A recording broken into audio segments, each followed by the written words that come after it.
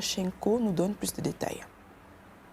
C'est son premier déplacement à l'étranger depuis sa réélection. Denis Sassou Nguesso est à Moscou pour une visite d'État.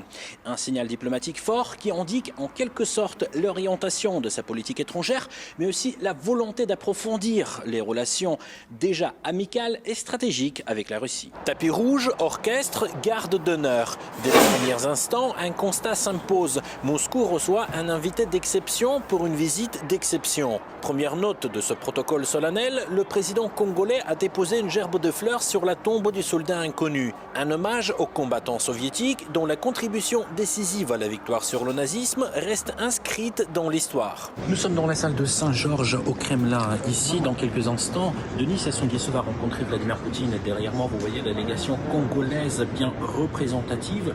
Et à ma gauche, vous voyez aussi la délégation russe composée de plusieurs ministres et plusieurs hauts responsables. C'est une preuve de plus de l'importance de ces négociations. C'est ici, sous le roulement des tambours, que les deux dirigeants se retrouvent. Poignées de main traditionnelles, hymnes nationaux, salutations aux délégations. Les discussions, elles, se sont ouvertes dans le salon vert. Et elles ont commencé par un rappel historique.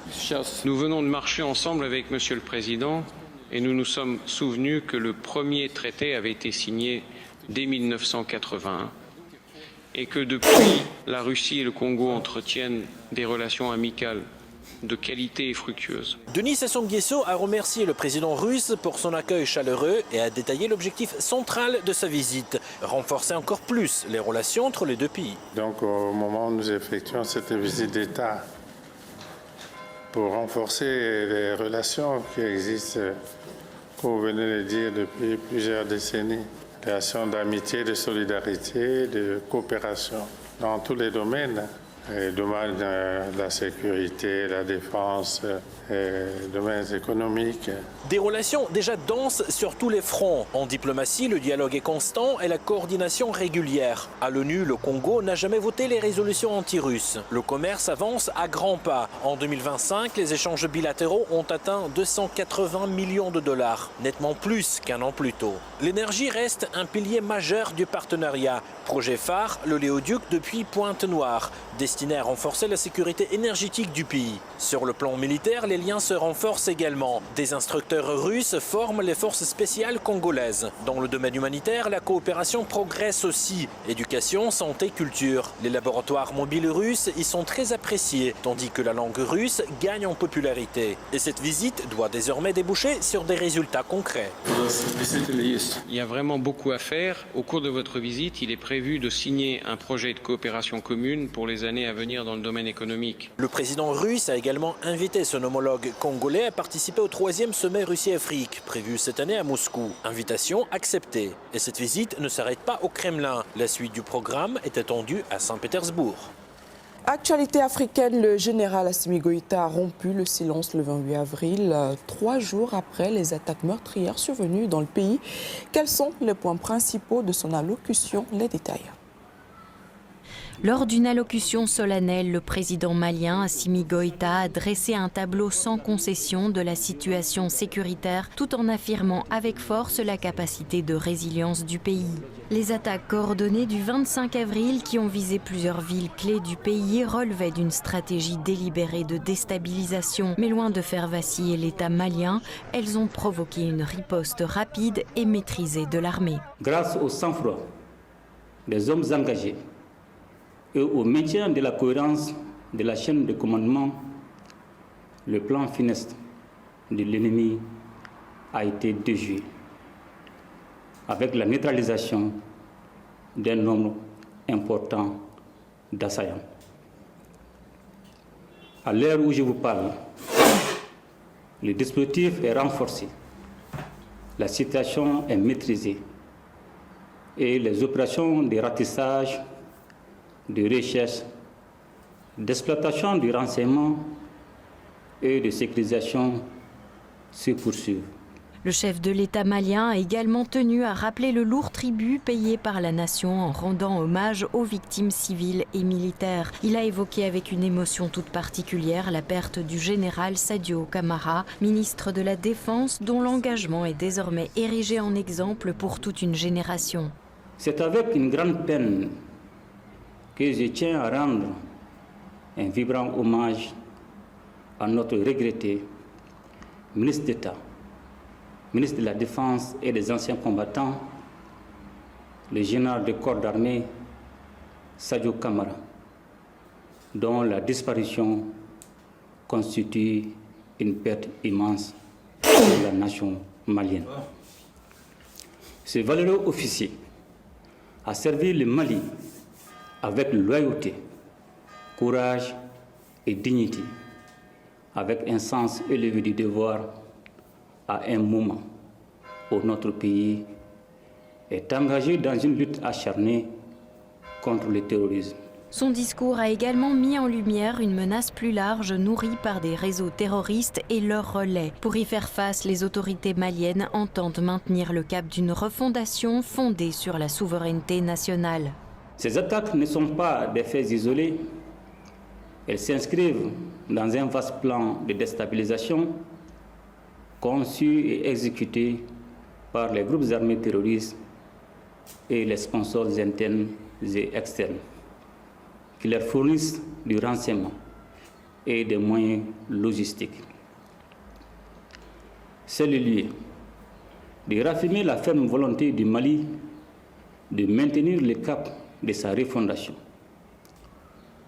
Notre peuple a fait un choix, celui de la souveraineté et de la dignité qui symbolise la prise en main de son destin.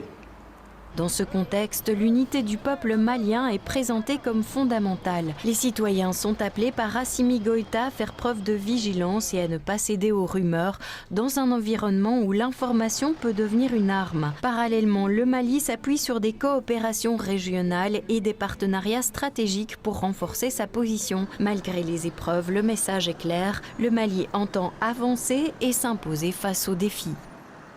Alors que le président malien a salué l'engagement des partenaires stratégiques du Mali, en particulier celui de la Russie, une nouvelle offensive informationnelle s'intensifie en parallèle.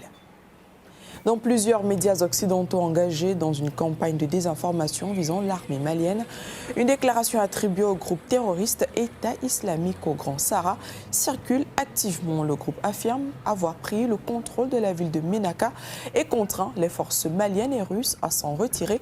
Des allégations catégoriquement démenties par l'Africa Corps. Nous avons constaté sans surprise qu'une nouvelle campagne de désinformation était en cours, ayant pour but de saper le moral et la confiance en les forces et la victoire des militaires maliens et russes. Lors d'une patrouille nocturne dans la ville de Ménaka au Mali, le 28 avril 2026, les militaires de l'Africa Corps ont procédé en collaboration avec l'armée malienne à la recherche de terroristes de l'État islamique dans le Grand Sahara qui avaient annoncé leur présence à Ménaka. Faute de les avoir trouvés, ils ont filmé plusieurs vidéos. Comme nous pouvons le constater, la vie suit son cours paisiblement dans les rues de Ménaka. Alors que des combats se poursuivent entre l'armée malienne et des combattants de groupes djihadistes dans certaines zones du Mali, l'Africa Corps a mené de puissantes frappes aériennes contre des positions rebelles dans la ville de Kidal. Une nouvelle loi sénégalaise approuvée par le Parlement ouvre la voie à la participation du Premier ministre Ousmane Sonko aux élections sénégalaises. Si cette mesure reçoit le soutien de la majorité au pouvoir menée par le PASTEF, le parti de Sonko, l'opposition alliée à l'ancien président Macky Sall la conteste fermement. Le Sénégal met en œuvre des réformes d'envergure pour réviser la Constitution et moderniser le système politique à l'initiative du président Bassirou Diomaye Faye. Parmi les enjeux majeurs de ces changements figure une modification du code électoral proposée par des députés du PASTEF, parti majoritaire à la présidence. La réforme adoptée le 28 avril au Parlement modifie les articles 29 et 30 du code électoral sénégalais, qui prévoyaient qu'une condamnation pour diffamation disqualifie un candidat. Ainsi, cette réforme autorise dorénavant Ousmane Sonko à se présenter à l'élection présidentielle de 2029. En 2024, 5 ans durant, pendant 5 bonnes années, vous vous êtes employé à ce que Ousmane ne soit pas candidat. Mais aujourd'hui, nous ouvrons grandement les portes pour tout le monde. Tous les fils du Sénégal qui représentent doivent avoir la possibilité de se présenter à toutes les formes d'élection qui se présentent dans notre pays. C'est pourquoi nous nous réjouissons aujourd'hui pour voter cette proposition de loi.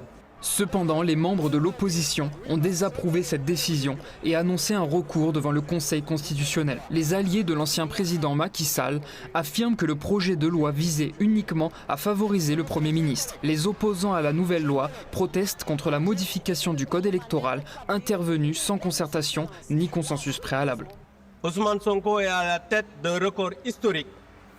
Voilà aujourd'hui, vous, députés de PASTEF, vous lui offrez sur un plateau ce record historique tant recherché, mais malheureusement, vous le faites dans le très mauvais sens. Vous le faites dans le mauvais sens parce que jamais dans l'histoire politique du Sénégal, une modification du code électoral n'a été précédée d'un dialogue et la recherche d'un consensus. Vous avez rompu tout ce que nos devanciers ont réussi en matière de processus électoral inclusif, en imposant votre majorité pour adopter ce texte taillé sur mesure pour permettre à votre guide spirituel d'être candidat en 2029. Mais ça, l'histoire jugera. Les Sénégalais vous jugeront. Rappelons qu'Ousmane Sonko, populaire auprès des électeurs, était considéré comme favori de l'élection présidentielle de 2024, mais a été disqualifié pour diffamation. Son siège a été repris par Bassirou Diomaye Faye, qui a remporté une victoire écrasante. Ousmane Sonko est connu pour ses critiques à l'encontre de l'ancien président Macky Sall. À la suite d'un audit réalisé en septembre 2024, Sonko a révélé que sous la présidence de Sall, une corruption généralisée des finances publiques avait été mise au jour. Il reste à voir si Bassirou Diomaye Faye validera ce projet de loi et si Sonko sera effectivement autorisé à se présenter à l'élection présidentielle